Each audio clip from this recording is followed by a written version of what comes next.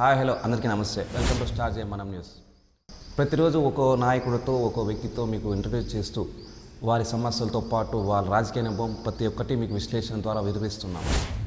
94లో రమణారెడ్డి ఓబులరెడ్డి అప్పుడు రాజకీయంలో కాంగ్రెస్ అంటే చాలా అంటే చాలా ఖుషి, చాలా అభిమానం.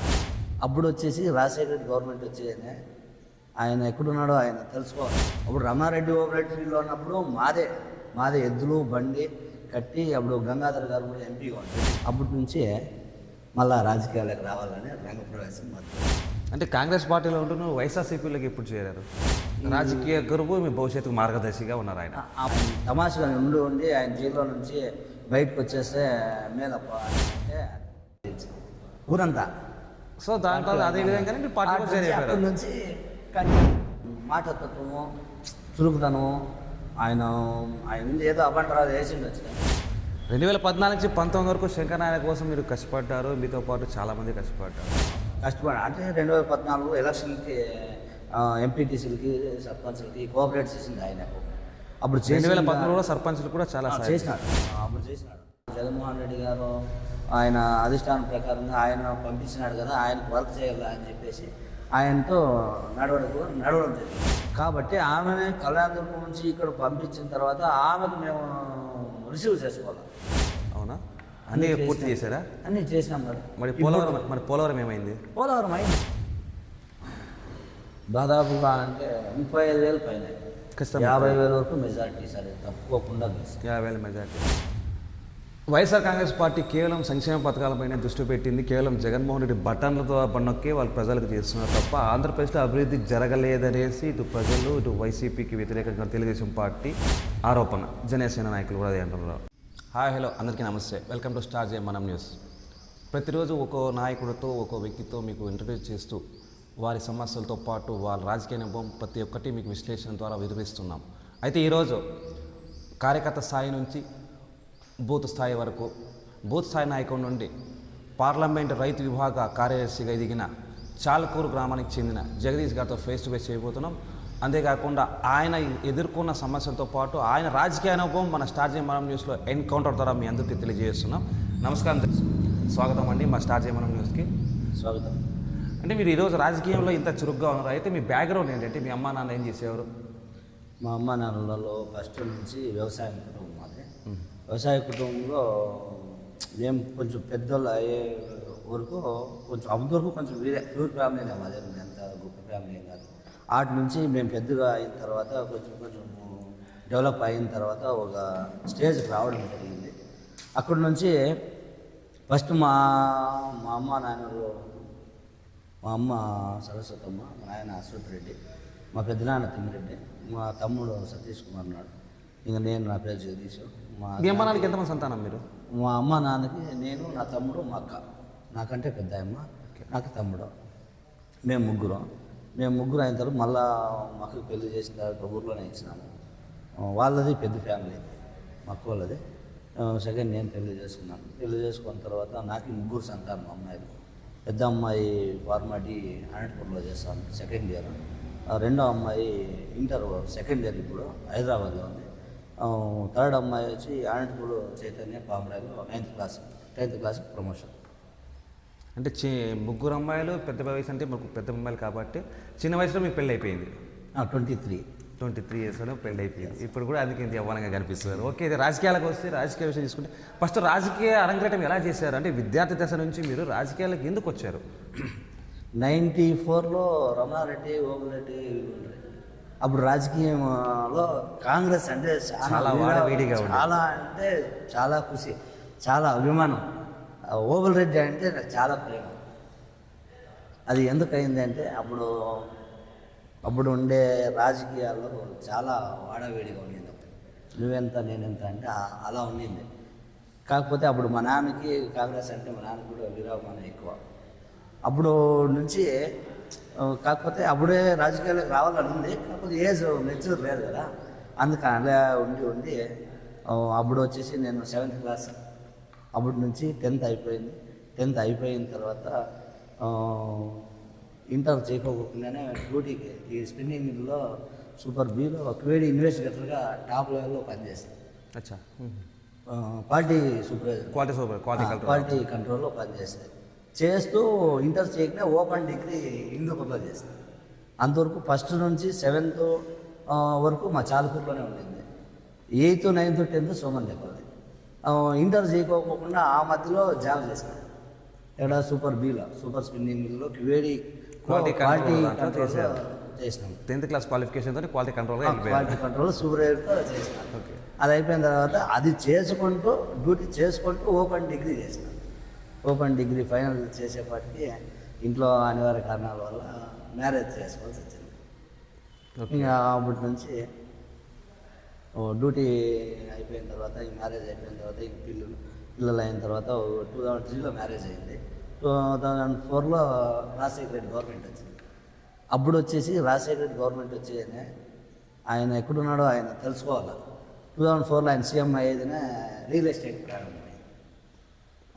అప్పుడు వచ్చేసి 2005 స్టార్టింగ్లో రియల్ ఎస్టేట్లోకి నేను స్టార్ట్ అయ్యింది. అంటే రాజకీయంతో పాటు రియల్ ఎస్టేట్ రంగంలో కూడా దిగేసి స్వామి రెండు కనెక్ట్ చేశారనమాట. అప్పుడు వచ్చేసి 2004 వరకు కామన్గా రాజకీయం అంటే అభిమానంగా చాలా చేసింది లేదు, కామన్గా ఉండింది. అప్పుడు రమణారెడ్డి ఓపెరేట్ ఫీల్డ్లో ఉన్నప్పుడు మాదే ఎద్దులు బండి కట్టి అప్పుడు గంగాధర్ గారు కూడా ఎంపీగా ఉంది. ఎంపీ గంగాధర్ గారు బై ఎలక్షన్లో ఆయన ఎంపీ అయింది. మా ఊర్లో మాదే ఎద్దులు బండి కట్టి మెరుగు తీసింది మా ఊర్లో అంతా. అప్పుడు బాగుండింది రాజకీయం. అప్పుడు ఇంకా అంతే కామన్గా ఉండి ఈ ఫ్యామిలీ అంట ఈ బాధ్యతలు బరువులు సంసారం మధ్యలో కొంచెం ఆర్థిక సమస్య వల్ల అంటే నాకే ఆర్థిక సమస్య, ఇంట్లో ప్రాబ్లం అయితే ఏం లేదు. వాళ్ళ ఇంట్లోనే అందరిపైన ఆధారపడే కాదు అని చెప్పేసి సైలెంట్గా ఉండి 2005లో రియల్ ఎస్టేట్ రంగంలో దిగిన తర్వాత 2005 ఎండింగ్ 2006లో బిజినెస్ బాగా స్టార్ట్ చేసి డెవలపింగ్ అయ్యాయి. అప్పటి నుంచి మళ్ళీ రాజకీయాలకు రావాలని రంగ ప్రవేశం మొదలుపెట్టాను. అంటే కాంగ్రెస్ పార్టీలో ఉంటున్న వైఎస్ఆర్సీపీలోకి ఎప్పుడు చేరారు? స్టార్టింగ్ రాజశేఖర రెడ్డి సీఎం అయిండే కదా, అయిన తర్వాత రియల్ ఎస్టేట్ అయిన తర్వాత 2009లో ఆయన చనిపోవడం జరిగింటే ఆయన ద్వారానే రియల్ ఎస్టేట్ స్టార్ట్ అయింది. ఆయన దేవుని ఫోటో కూడా మా ఇంట్లో దేవుని గుడిలోనే పెట్టినారు. ఇప్పుడు కూడా రియల్ ఎస్టేట్ స్టార్ట్ అయింది. ఆయన అంటే కాంగ్రెస్ వేరే ఎక్కడ పోయే కాదు కదా, అలాగే ఆయన అభిమానంతో ప్లస్ రియల్ ఎస్టేట్ దీంతో రాజకీయ గురువు మీ భవిష్యత్తుకు మార్గదర్శిగా ఉన్నారు ఆయన. అప్పుడు వైఎస్ఆర్ గవర్నమెంట్ వైఎస్ఆర్సీపీలోకి రావడం జరిగింది. అంటే వైఎస్ఆర్ కాంగ్రెస్ పార్టీ 2011లో పెట్టారు జగన్మోహన్ రెడ్డి గారు. అంటే మీరు ఏ సంవత్సరంలో వచ్చారు? ఆయన చనిపోయిన తర్వాత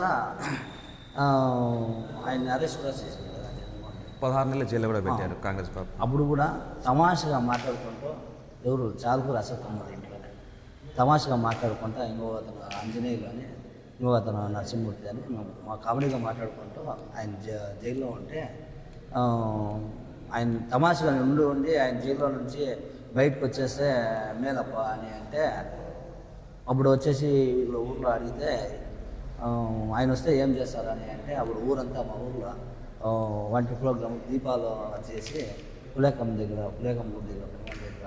విందు అంతా ఏర్పాటు చేసి ఆయన మేము అనుకోని తక్షణంలోనే వారంలో రిలీజ్ అయ్యారు. జగన్మోహన్ రెడ్డి గారు బయటకు వచ్చే శుభ సందర్భంలో పులేకమ్మ దగ్గర అమ్మాయికి ప్రత్యేక పూజలు చేయించి ఊరంతా. సో దాంట్లో అదే విధంగానే మీరు పార్టీ నుంచి కంటిన్యూ. ఓకే, అయితే రాజకీయంలోకి చేస్తూనే మీరు అన్నీ చేసుకుంటూ వచ్చేసారు. అయితే రాజశేఖర రెడ్డి గారి స్ఫూర్తి అయితే మీరు ఫస్ట్లో ఒకటి చెప్పారు, రమణారెడ్డి గారు ఓబులరెడ్డి గారు ఇన్స్పిరేషన్ అని చెప్పారు. అంటే రమణారెడ్డి గారి గురించి పక్కన పెట్టేసామంటే ఓబులరెడ్డి గారి గురించి చాలా నెగిటివ్గా ఉంది. అంటే వన్ సైడ్ నాణ్యానికి రెండు వైపులా చూడాలి, ఒకవైపు నెగిటివ్ ఉంది, ఒకవైపు పాజిటివ్ ఉంది. బట్ అలాంటప్పుడు రమణారెడ్డి గారే మీకు ఎందుకు ఇన్స్పిరేషన్ అయ్యారు? అంటే రమణారెడ్డి గారు కూడా నాకు చాలా ప్రేమ. మరి రమణారెడ్డి గారు ప్రేమ ఉన్నప్పుడు ఓబులరెడ్డి గారు నాకు ఇన్స్పిరేషన్ కూడా అంటున్నారు. అంటే ఆయన మాటతత్వము చురుకుతనము ఆయన ఏదో అబంటరాలు వేసిండొచ్చు, కానీ కాకపోతే ఆయన ఎందుకు జైల్లో ఉంటే అప్పటికే నేను చూసేకపోయినా, ఎందుకు సబ్ జైల్లో ఉంటే అప్పటికే చూసేకపోయినా.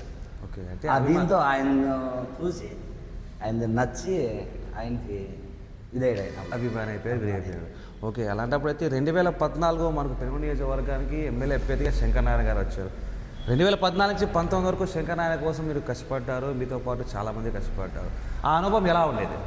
2014లో స్టార్టింగ్ మంగమ్మ అండ్రి, మళ్ళా బాబురెడ్డి అండ్రి.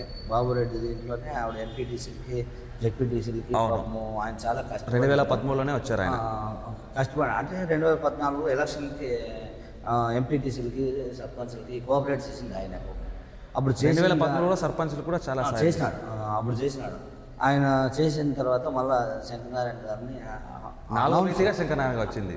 అప్పుడే అనుకోకుండా మన ఇప్పుడు ప్రజెంట్ ఎమ్మెల్యే శంకరనారాయణ గారిని, మాలూరు శంకరనారాయణ గారిని అనౌన్స్ చేస్తే, కానీ పైన జగన్మోహన్ రెడ్డి గారు ఆయన అధిష్టానం ప్రకారంగా ఆయన పంపించినాడు కదా, ఆయనకు వర్క్ చేయాలి అని చెప్పేసి ఆయనతో నడవడం జరిగింది. అప్పుడు అయితే 2014లో శంకరనారాయణ గారు ఓడిపోయారు. ఆయన కూడా ప్రతిపక్ష నేతగానే పెనుగొండలోనే ఉన్నారు, చేసుకుంటూ ముందుకు వెళ్తూనే ఉన్నారు. 2019లో అనూహ్యంగా రాష్ట్ర వ్యాప్తంగా వైఎస్ఆర్ కాంగ్రెస్ పార్టీ గెలిచింది. అప్పుడు కూడా మీరు శంకరనారాయణ వెనకటే ఉన్నారు. ఆ అనుభవం ఎలా ఉంది? అంటే గతంలో అంటే ఓడిపోయినప్పుడు ఎలా ఉండింది, గెలిచిన తర్వాత ఎలా ఉండింది? 2014లో ఆయన వచ్చినప్పుడు కొత్త పార్టీ కదా, అప్పుడంతా ఏలం చేసినారు. తల్లి కాంగ్రెస్, పిల్ల కాంగ్రెస్ అని కొంతమంది ఏలం చేసింటే, ఆ ఏలానికి కొన్ని అవమర్యాదలు కూడాను కట్టుబడి దీనిగా ఉండి పార్టీ బలోపేతానికి కృషి చేసినాం. 2019 ఎలక్షన్లో అప్పుడు నాకు కూడాను మండల్ బూత్ కన్వీనర్గా ఇచ్చాడు. అక్కడ ఇచ్చిన తర్వాత ప్రతి విలేజ్లోన, ప్రతి ఊర్లోన, ప్రతి గ్రామంలోన తిరిగి అక్కడ బూత్ కన్వీనర్ని ఏర్పాటు చేసి, మళ్ళా వాళ్ళకి ఏజెంట్లను చేసి, మెంబర్లను చేసి చాలా కృషి చేసి, ఇంకా నాతోటి మిత్రులు చాలా మంది ఉన్నారు, అందరూ కష్టపడినారు. అప్పుడు కష్టపడిన తర్వాత ఆయనకి ఒక దృక్పథం చేశారు, ఒక సాయం చేశారు కూడా. అప్పుడు పార్టీ కోసం కృషి చేశారు. అప్పుడు మేము ఏమిటి ఆశపడలేదు, ఎవరో ఇస్తారంటేనో ఇంకా దేనికి ఏం ఆశపడలేదు. పార్టీ రావాలా, పార్టీ కలిసాలా. ఓకే, అయితే జగన్మోహన్ రెడ్డి గారు ఇక్కడ నియమించారు కాబట్టి వాళ్ళ శిరస వహిస్తూ వీళ్ళ కోసం పనిచేశారు, శంకరనారాయణ కోసం పనిచేశారు. బూత్ స్థాయి నుంచి మీకు పార్లమెంటు రైతు విభాగ కార్యదర్శి కూడా చేశారు. అయితే అదే శంకరనారాయణ పైన చాలామంది వ్యతిరేకంగా పనిచేశారు, వ్యతిరేక నినాదాలు చేశారు. అంటే కారణం ఏంటి? అంటే ఉన్నట్టుండి అంత ప్రేమ ఉన్నప్పుడు ఆ ప్రేమ కాస్త అంత ఆగ్రహానికి కారణం ఏంటి? 2019 ఎలక్షన్లో బాగా కష్టపడి చేస్తే మండల్ బూత్ కన్వీనర్ ఇచ్చినారు. అది అయిన తర్వాత చాలా కష్టపడి పని చేస్తే గెలిచిన తర్వాత పార్లమెంట్ రైతు విభాగ కార్యదర్శి, హిందూపూర్ పార్లమెంట్ రైతు విభాగ కార్యదర్శిగా ఇచ్చినారు. అంటే పార్టీలో పనిచేసిన దానికి గుర్తింపు తెచ్చి ఇచ్చినారు, అంతా బాగుంది. కాకపోతే ఏం జరిగిందంటే ఆ వ్యతిరేకానికి కారణం ఏమైంది అంటే, అక్కడి నుంచి మమ్మల్ని గుర్తించలే. మేము ఎప్పుడూ కూడాను ఏమి అడుగునోళ్ళు కాదు, మాకు పదవులు కావాలన్నోళ్ళు లేదు, మాకు ఇంకేమో స్వలాభం కావాలనేది ఏం లేదు. వెళితే అక్కడ పోతే ఒక ఆప్యాయత, ఒక ప్రేమ. అంటే శంకరనారాయణ గారికి ఒక బ్రాండ్ ఉంది. పెనుగొండలో వచ్చినప్పటి నుండి ఇప్పటి వరకు ఏ మన మండలంలోని ఏ గ్రామమైనా, 5 మండలాల్లో కూడా ఏ గ్రామానికి వెళ్ళినా, ఏ ఇంటికి వెళ్ళినా అతని పేరుతో సహా పిలిచే కెపాసిటీ ఉన్న నాయకుడు శంకరనారాయణ గారు. అలాంటి వ్యక్తి ప్రతి ఒక్కరితో పేరుతో పిలిచి ఆప్యాయంగా పిలిచే వ్యక్తి. అలాంటి వ్యక్తి మీ పైన మీకు అంటే గుర్తింపు లేదు, గౌరవం లేదు అంటున్నారు. అంటే ఏ విధంగా గుర్తింపు రావాల్సిందే మీకు? అది ఎలా అయిందంటే 2019 ఎలక్షన్లో చాలా కష్టపడినా మా ఊరు ప్రకారం. అప్పుడు ఎవరు లేరు, నేను చాలుకూరులో, నేను ఒక అశ్వత్థమ్మ, మేమిద్దరంతో పాటు మా ఊర్లో అందరినీ తీసుకొని ప్రజలతో మాట్లాడి మనం ఇట్లా చేస్తాము అంటే కూడా 2019 ముందు సర్పంచ్ ఎలక్షన్ కూడా మేమే పోటీ చేసినాము. అప్పుడు టీడీపీ వాళ్ళు ఉన్నారు, కాంగ్రెస్ వాళ్ళు ఉన్నారు, 3 పార్టీలు ఉన్నాయి. అప్పుడు చాలా కష్టపడినాం. మాకు వచ్చేసి అప్పుడు 500 వచ్చినాయి వైఎస్ఆర్సీపీకి, టీడీపీకి 600 వచ్చినాయి, కాంగ్రెస్కి 750 వచ్చినాయి. కేవలం 250 ఓట్లతో 150 ఓట్లతో గెలిచినారు. కాకపోతే అప్పుడు కూడాను మేము ఏమి పార్టీ పరంగానే, పార్టీ కావాలనే ఉద్దేశంతోనే కష్టపడే పనిచేస్తాం. అప్పటికి మాకు 500 ఓట్లు ఉన్నట్లే కదా. అంత కష్టపడి చేస్తే కూడా గెలిచిన తర్వాత మమ్మల్ని గుర్తించలేదు. వేరే పార్టీ వాళ్ళు పార్టీలోకి వచ్చింటేనే ఊర్లో ఏం జరుగుతూ ఉంది, ఏం లేదు, వీళ్ళు ఉన్నారు, వీళ్ళకి ఏం చెప్తాము, అందరూ కలిసి రండి, కలిసి చేయండి అని మాకేం భరోసా ఇవ్వలేదు. మాతో పక్కకి నెట్టేసి అంత కష్టపడి పని చేస్తే కూడా మేము ఎవరిని కూడా రూపాయి అడిగిన వాళ్ళు కాదు. ఎవరి కోసమో కూడాను ఆలోచన చేయడం లేదు. మేము పార్టీ కోసం, పార్టీ కాదు, జగన్మోహన్ రెడ్డి పైన అభిమానంతో పార్టీ వైఎస్ఆర్ ఫస్ట్గా రాజశేఖర రెడ్డి అభిమానంతో కష్టపడి చేసి జగన్మోహన్ రెడ్డి సీఎం చేసుకోవాలనే దృక్పథంతో చాలా కష్టపడి చేసి అంత చేస్తే కూడా గుర్తింపు లేని దానికోసము సైలెంట్గా ఉండాల్సి వచ్చింది. అంటే సైలెంట్గా ఉన్నారని మీరు చెప్తారు. కాకపోతే ప్రతిపక్ష నేతలుగానే మీరు వ్యవహరించిన తీరు, కాకపోతే శంకర్ నారాయణ గారి మీదే మీ టీం అంతా కలిసి డైరెక్ట్ జగన్మోహన్ రెడ్డి గారికి, పెద్దిరెడ్డి రామచంద్ర రెడ్డి గారికి, ఇంకా చాలా పెద్దలందరికీ మీరు ఫిర్యాదులు చేసేసి పదే అమరావతికి వెళ్ళి ఇక్కడ జరుగుతున్న రాజకీయాలన్నీ వివరించారని చెప్పేసి చాలామంది బయట అంటున్నారు. వాస్తవమా అవాస్తవమా? కాకపోతే అది ఎలా ఉంది అంటే వాస్తవమా కొన్ని వాస్తవాలు ఉన్నాయి. సోషల్ మీడియాలో హల్చల్ అయ్యింది, చాలా అయింది. అదే చెప్తే కదా 2000. ఓకే, అదైతే వదిలేద్దాం, సరే, ఈ ఇబ్బంది అవసరం లేదు. 2019 తర్వాత 2024 ఇప్పుడు ఎలక్షన్ కూడా దగ్గరలో రాబోతుంది. అయితే మీరు ఇదే శంకరనారాయణ పనిచేసిన వాళ్ళు ఉషశ్రీ గారు రాబోతుంటే మీరు మీ వర్గము శంకరనారాయణ వద్దు ఉషశ్రీ ముద్దు అని నినాదం చేశారు. మీకు వ్యతిరేకంగా ఉన్న వర్గము ఉషశ్రీ వద్దు శంకరనారాయణ ముద్దు అని కూడా ధర్నాలు చేశారు. అయితే ఉషశ్రీ గారు ఫస్ట్ రావడంతోనే మీ వర్గము చాలా, అంటే మీ బ్యాచ్ సంబంధించిన వాళ్ళు చాలా ఘనంగా రిసీవ్ చేసుకోరు మంత్రి గారిని. శంకరనారాయణ వద్దన్నారు. ఉషశ్రీ గారు ఫస్ట్ వచ్చినప్పుడు మీకు ఎలా ఉండింది? అది ఎలా ఉంది అంటే ఆమె అక్కడ కళ్యాణదుర్గంలో మంచిగానే చేశారు, మంచి కార్యక్రమాలే చేశారు. కాకపోతే ఇక్కడ మేము లోకల్గా నియోజకవర్గంలో లోకల్గా ఎమ్మెల్యే క్యాండిడేట్ ఉంటే బాగుంటుంది అనేది మొదటి నుంచి మీ నినాదం అదే. అది ట్రై చేసినాము. కాకపోతే పార్టీ అధిష్టానము ఎవరైనా ప్రకటించని వాళ్ళ కోసం పని చేయాల్సిన బాధ్యత మాదంతా ఉంది. కాబట్టి ఆమెని కళ్యాణదుర్గం నుంచి ఇక్కడ పంపించిన తర్వాత ఆమెకు మేము రిసీవ్ చేసుకోవాలి. అధిష్టానం ప్రకటించింది కాబట్టి రిసీవ్ చేసుకునే ప్రోగ్రాంలో మేము నలుగురు ఉన్నాము. నేను, ఒక కళ్యాణం, ఒక బాబురెడ్డి, సజ్జారెడ్డి, మేము నలుగురు కలిసి రిసీవింగ్ ప్రోగ్రామ్కి వెహికల్స్ తీసుకొని వెళ్ళి ఆమె రిసీవింగ్ ప్రోగ్రామ్ గ్రాండ్గా సక్సెస్గా రిసీవింగ్ చేసుకున్నాం. 97 వెహికల్తో సుమందిపల్లి మండలం నుంచి వెళ్ళి గ్రాండ్గా రిసీవ్ చేసుకోవడం జరిగింది.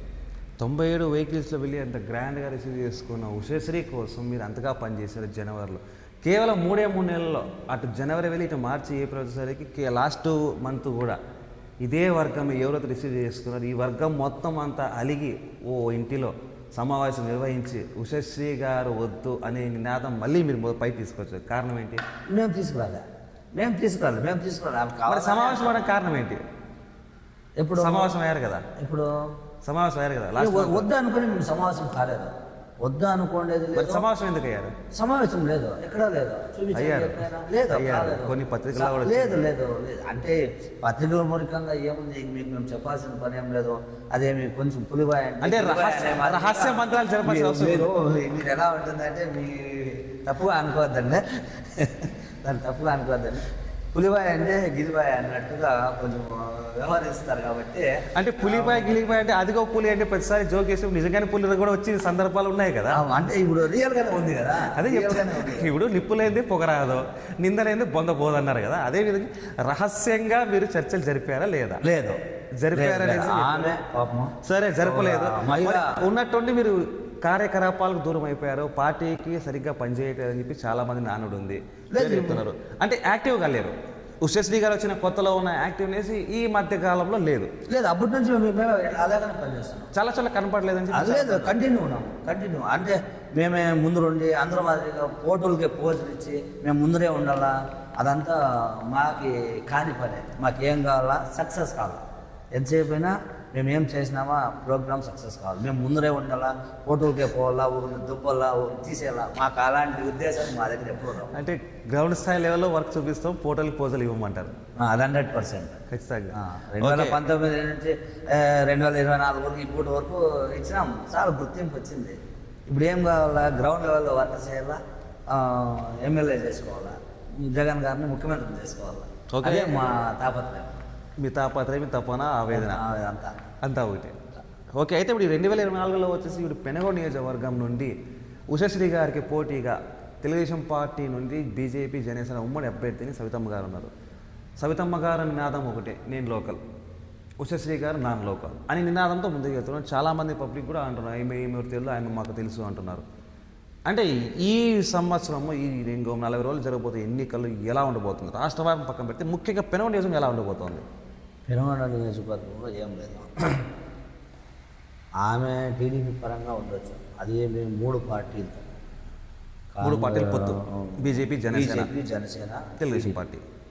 ఈ 3 పార్టీలు ఉమ్మడిగా ఉన్నాయి. ఎందుకైనా అంటే ఒంటరిగా మా ఉషమ్మ పులిబిడ్డలాగా కళ్యాణదుర్గం నుంచి ఇక్కడ వచ్చింది. ఆమెని గెలిపించుకోవాల్సిన బాధ్యత మరి ఎంతైనా ఉంది. కాకపోతే మా పార్టీలో, మా వైఎస్ఆర్సీపీ పార్టీలో చేసిండే పథకాలు 100కి 100% అన్నీ సక్సెస్ అయినట్టే. అన్ని చెప్పుకోకుండా కూడాను చేసి కూడా చూపించినాడు మా ముఖ్యమంత్రి. అది చేసినట్టేనా? అన్నీ చేసినట్టే. అవునా? అన్నీ పూర్తి చేశారా? అన్నీ చేసినాం కదా.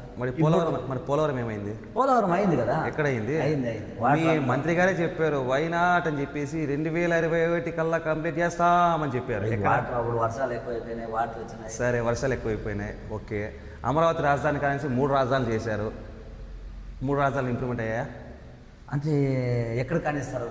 ఓకే, దానికి కూడా అడ్డుపడినారు. పోనీ మెగా డిఎస్సీ అన్నారు, వచ్చిందా? ఇప్పుడు ఎలక్షన్ కోడ్ వచ్చింది. 2019 నుంచి ఎలక్షన్ కోడ్ ఉందా? అంటే అప్పుడు ప్రకటించలేదు. ఓకే, మరి జాబ్ క్యాలెండర్ అన్నారు. కొన్ని జరిగినాయి కదా.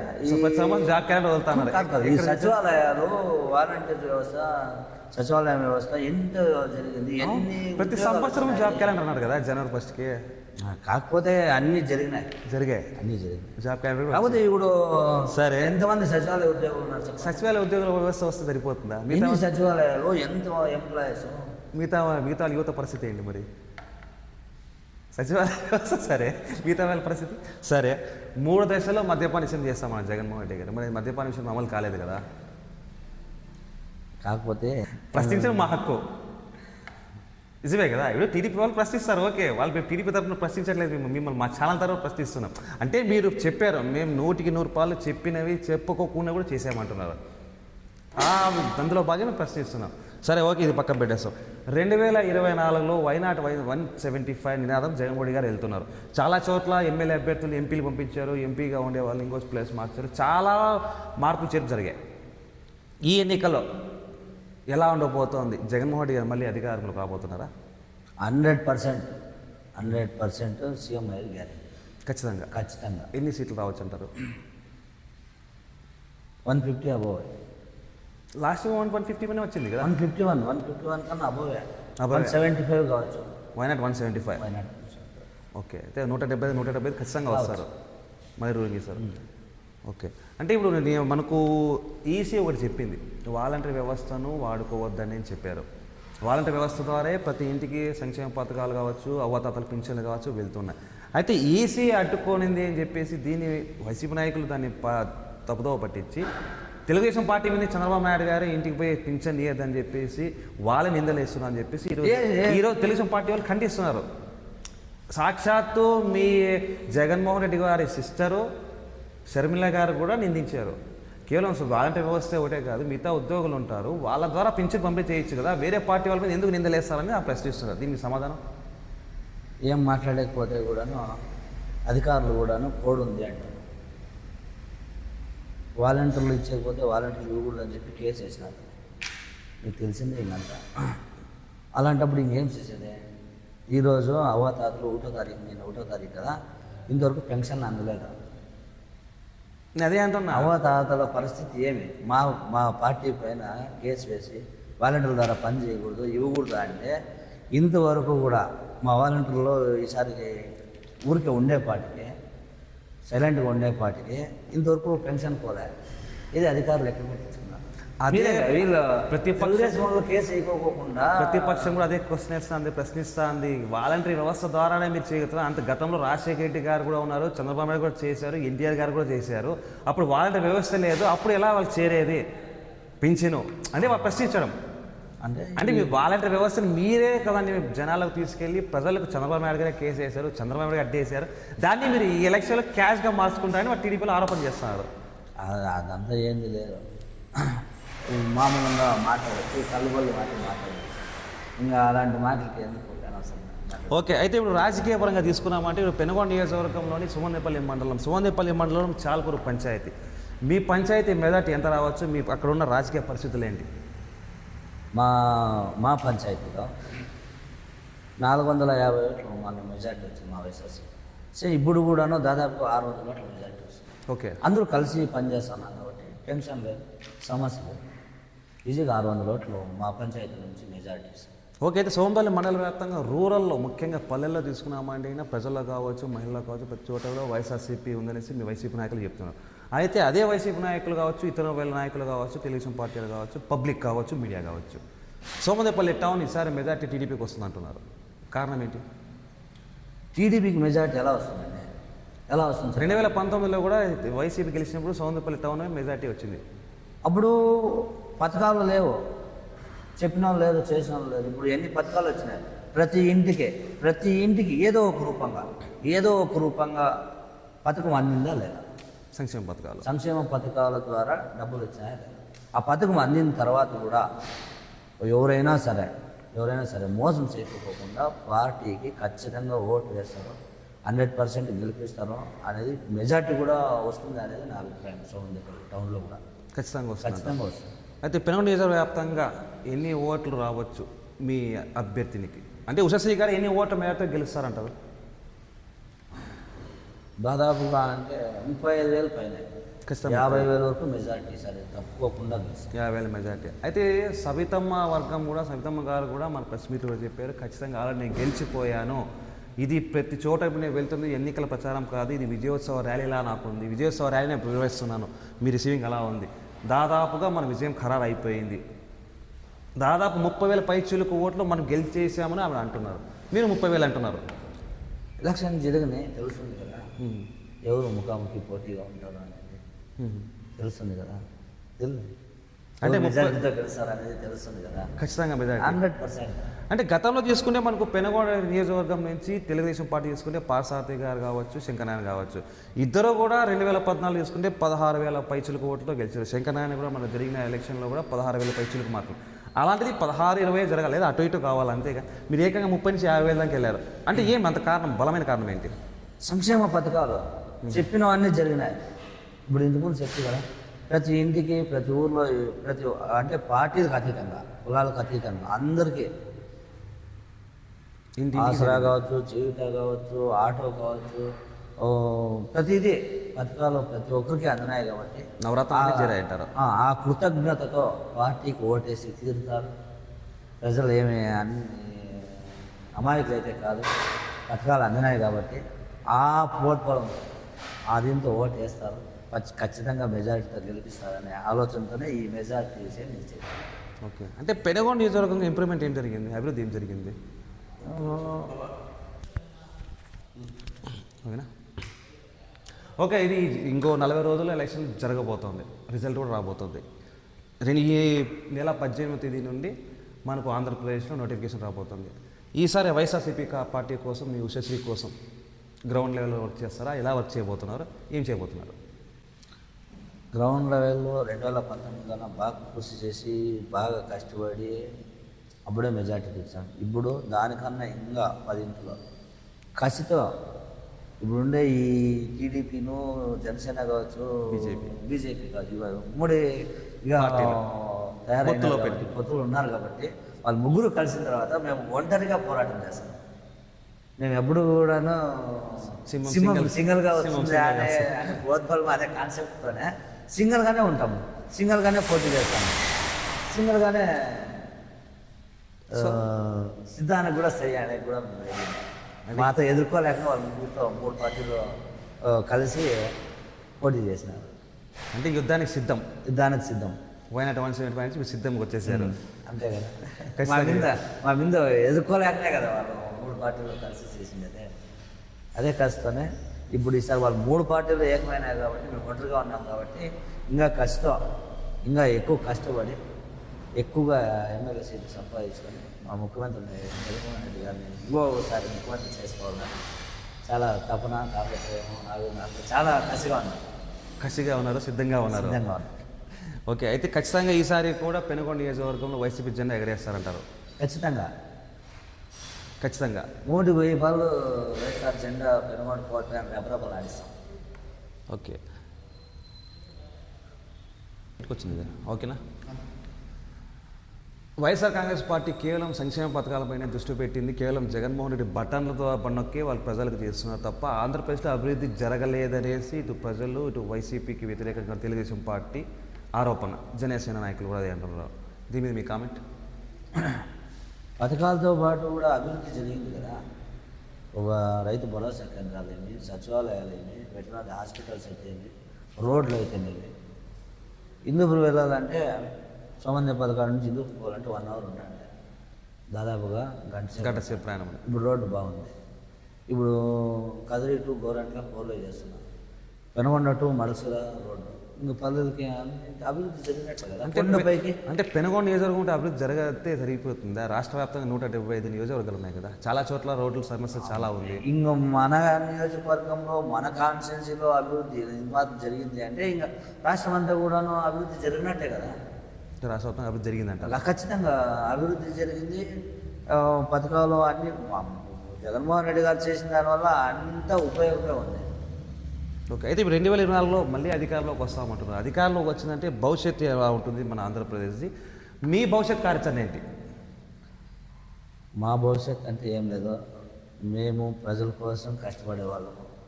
మాకేమి వేరే ఏమో అది అనేది ఏం లేదు. ప్రజలు బాగుండాలా.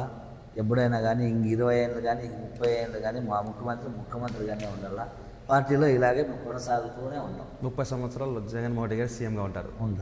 ఖచ్చితంగా. ఖచ్చితంగా. ఓకే, అయితే చివరిగా మా స్టార్ చేయం మనం న్యూస్ నుండి మా ప్రేక్షకులకు ఈసారి ఎన్నికల్లో ఓటు వేయబోతున్న ప్రతి ఒక్క అభ్యర్థికి నిత్య సందేశం ఏంటి?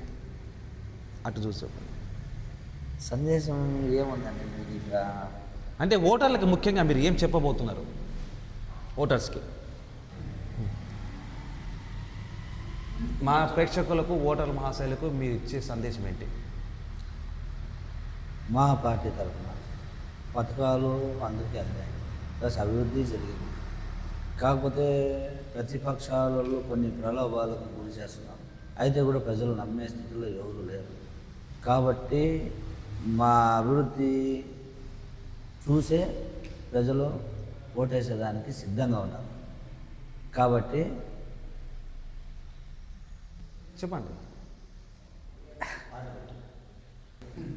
అక్కడ చూసి చెప్పు. కాబట్టి అభివృద్ధిని చూసే ఓటేస్తారు, కానీ కొన్ని ప్రలోభాలకు ఎవరు ఏమి కాకపోకుండా పై లెవెల్లో అంటే అక్కడ ముఖ్యమంత్రి గారు అక్కడ ఉన్నారు కాబట్టి ఇక్కడ నియోజకవర్గంగా మేమంతా పార్టీ నాయకులు అందరూ ఉన్నారు కాబట్టి ఈ మా ఎమ్మెల్యే గారు ఉంటారు కాబట్టి ఏం ప్రాబ్లమ్స్ ఏమి ఉండవు, సమస్యలు ఏమి ఉండుకోకుండా అన్నీ నెరవేర్చేదానికి కార్యకర్తలు కానీ ప్రతి ఒక్కరికి కానీ సిద్ధంగా ఉన్నాము.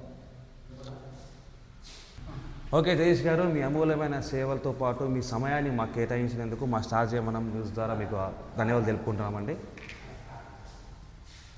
స్టార్ జయమనం న్యూస్ ద్వారా నాకు కూడా కొన్ని జ్ఞాపకాలు గుర్తు చేసిన దానివల్ల మీకు కృతజ్ఞతలు తెలియజేస్తున్నాను. ధన్యవాదాలు. మీ స్టార్ జయమనం న్యూస్ కూడా ఇంకా ముందుకు వెళ్ళాలని, ఇంకా ఎక్కువ ఇంటర్వ్యూలు జరగాలని, ఇంకా మాలాంటి వాళ్ళని వెనకబడిన వాళ్ళు ఇంకా చాలామంది ఉంటారు. ఖచ్చితంగా అందరినీ గుర్తింపు చేసి మంచి కార్యవేదికపై తీసుకురావాలని కోరుకుంటున్నాను. థ్యాంక్ యూ అండి. ఓకే ఓకే, చూసారు కదా ఈరోజు జగదీష్ గారితో మన face to face encounter latch వేసాము.